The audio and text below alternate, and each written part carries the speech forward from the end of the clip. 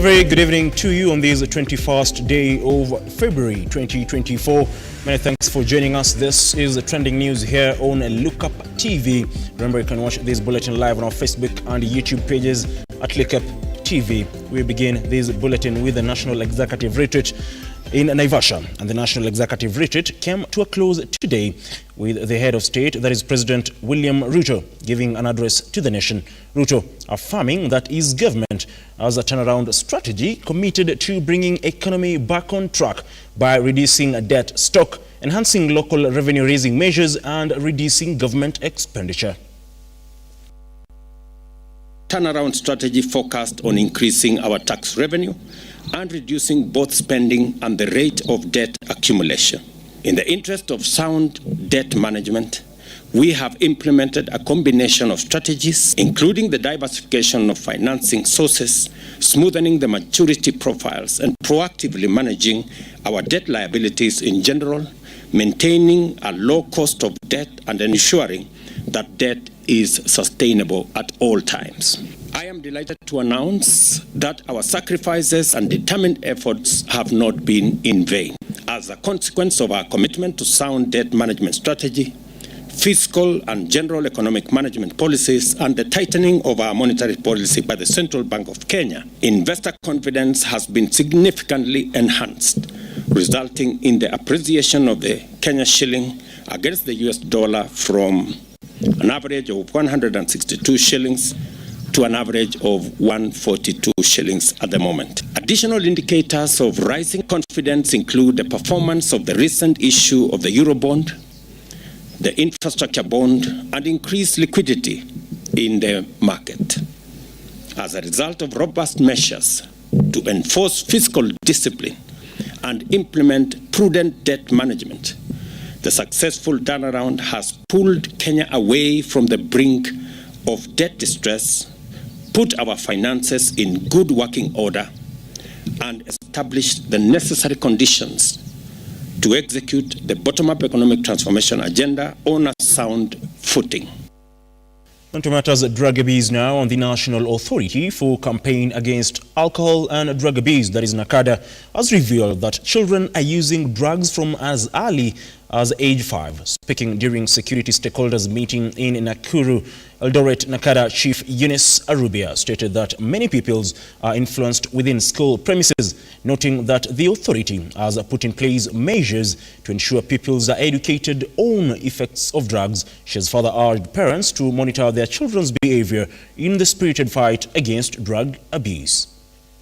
What we have are national statistics, which I believe that we can still share, but it is quite saddening that the youngest from our studies is a child as old as 5 years really getting involved. And that alone tells you that huyu ni mtoto ambaye bado ako katika mikono ya ulezi wa wazazi. So inatuelekeza ya kuangalia hata kama shirika tunahitaji kuweka emphasis on programs zile zinalenga malezi ya nyumbani, kwa sababu kama mtoto wa umri huyu anajiingiza kwa uraibu na kuanza kutumia, hapo inatuambia kidogo tunahitaji kuongea na wazazi, kuelimisha wazazi na pia kuelekeza watoto. Na ndipo kama NACADA tunaamini tutafanya mengi hata katika kaunti na kando naye katika nchi. Vile tuliona hiyo survey vile ilitokea national survey, tuko katika hali kama sasa tuko na parenting program. Hata tukiwa mahali hapa leo tumepeana parent guide. Tuko na vitabu toa ambayo watu wanaweza tumia. Pia tuko na parenting programs za kuhamasisha, na tunaamini tutaenda nje pamoja national and county government kuelimisha through public forums zote, zile platform tunaweza pata za kuhamasisha kwa ulezi bora, kuelekeza wazazi. Kwa mashule tuko na program, ingawa sio shule zote. We are hoping we can work with other partners to roll out the program in all the schools. We run a life skills program in primary schools. Na shule ambazo tumefanya, hakika ukiangalia watoto wako tofauti kinidhamu, hata performance in school ukiweza kulinganisha na wala wanayo mradi kwa shule. Now, Samburu Governor Lati Lelelit has distributed 400 herds of camels to residents in a move to combat adverse effects of climate change and drought. Speaking at the distribution exercise in various wards, Governor Lelelet emphasized the resilience of camels to drought conditions. County government ni drought resistant animals ndio waweze kusaidia wetu waweze kupasafia drought, waweze kuwezana na janga la njaa. Na ngamia inaweza kuwa na masiwa wakati ya jilali, inaweza kuwa na masiwa kila wakati. Ng'ombe wakati yana masiwa, ngamia bado utapata masiwa. Na ni mzuri to use camel in the lowlands because this is a drought resilient animal. You find that in most cases, like since we started from the north, we have not seen cows at home because they normally go for pastures elsewhere. These camels, they feed on leaves, on this other green matter that is rarely in rare cases that we don't have. So it supports the community here because of their resilience to drought. And also their milk production is very high compared to cow. You can milk a camel maybe 4 times a day, and that is really significant to the locals. Mimi leo nimefurahi kwa sababu nimeona maneno mzuri sana mbele yangu sasa hapa.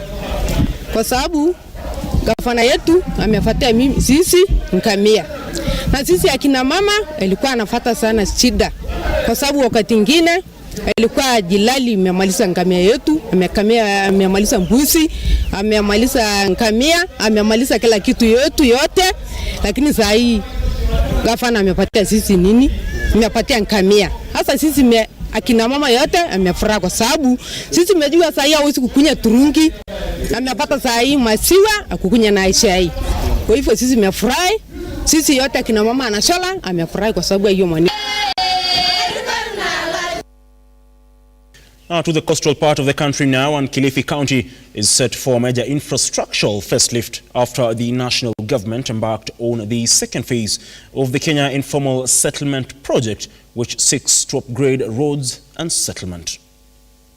Today marks the commencement of KISIPS 2 infrastructural works within Kilifi Town informal settlements, which include Mtaani, Kibaoni, Kalolo and Bayamagonzi.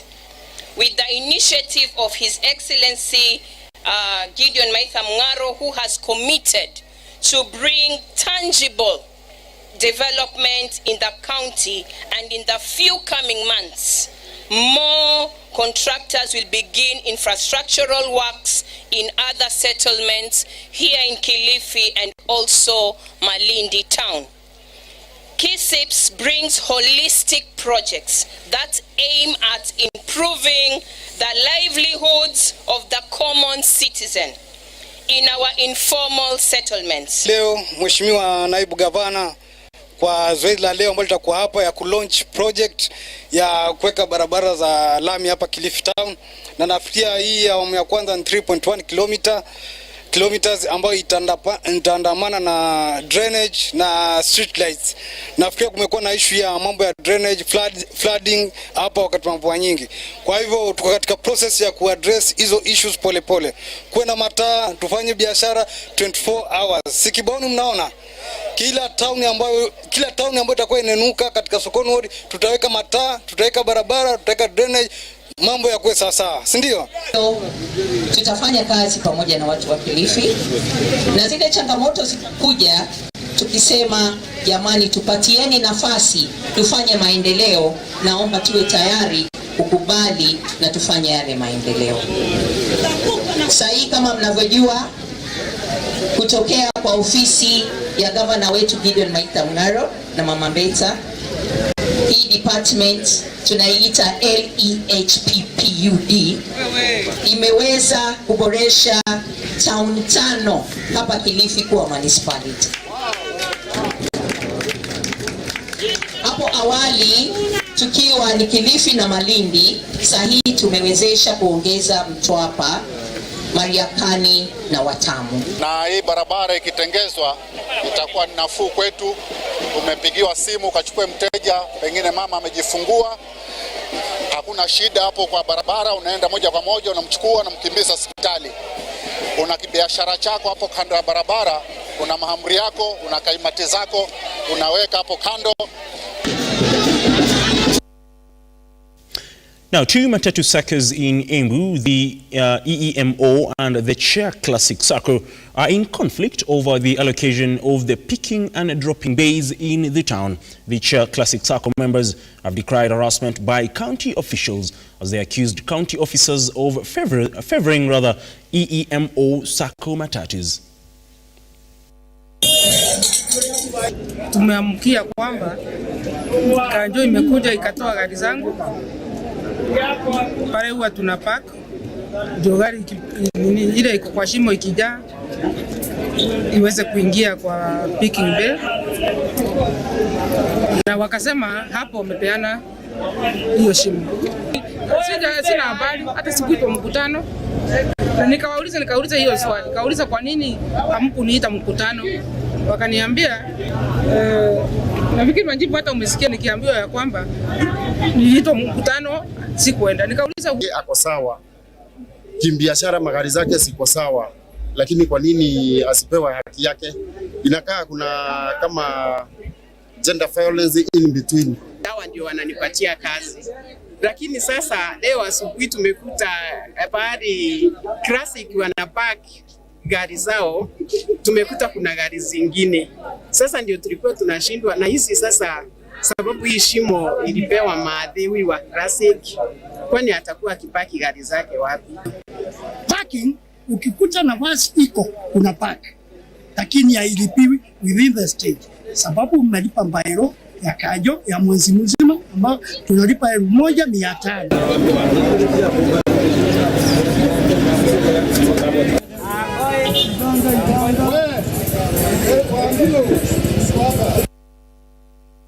The process of transferring management of the Maragua Dam to Murang'a Water and Sanitation Company has commenced. This coming after President Dr. William Ruto's directive that the 800,000 cubic meter dam be managed by MUASCO and not Murang'a South Water and Sanitation Company.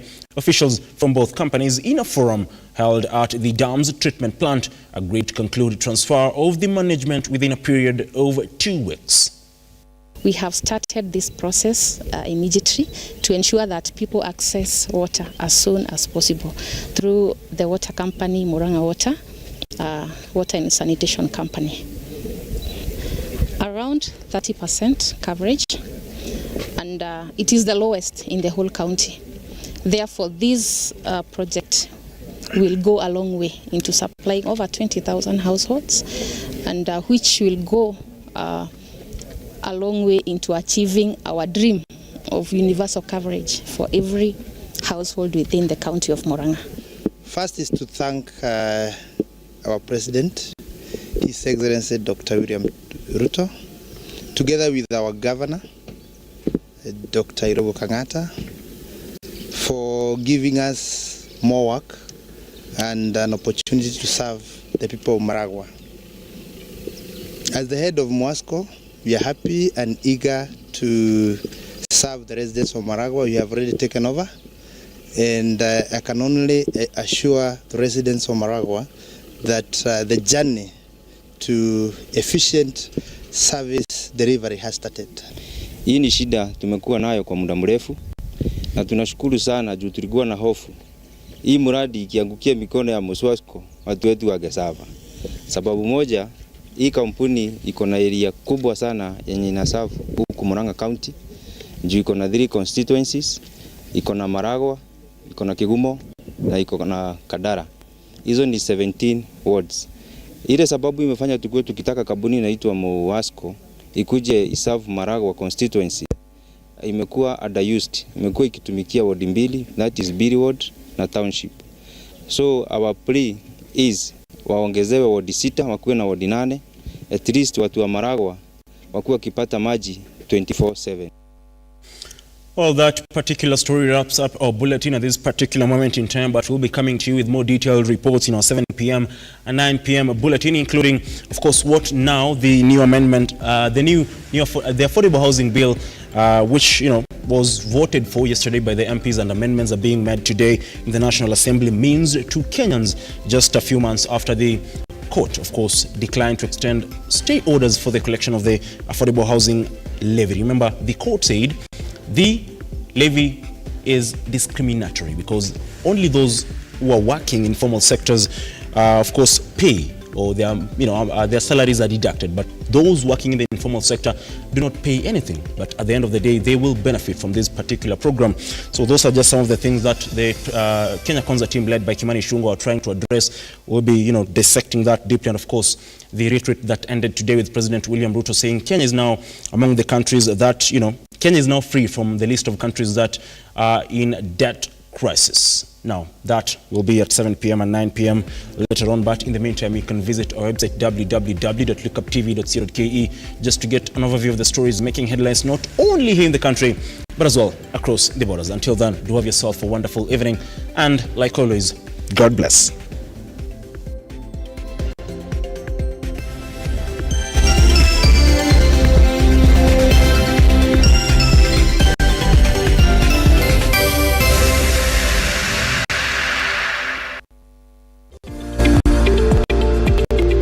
We value your feedback.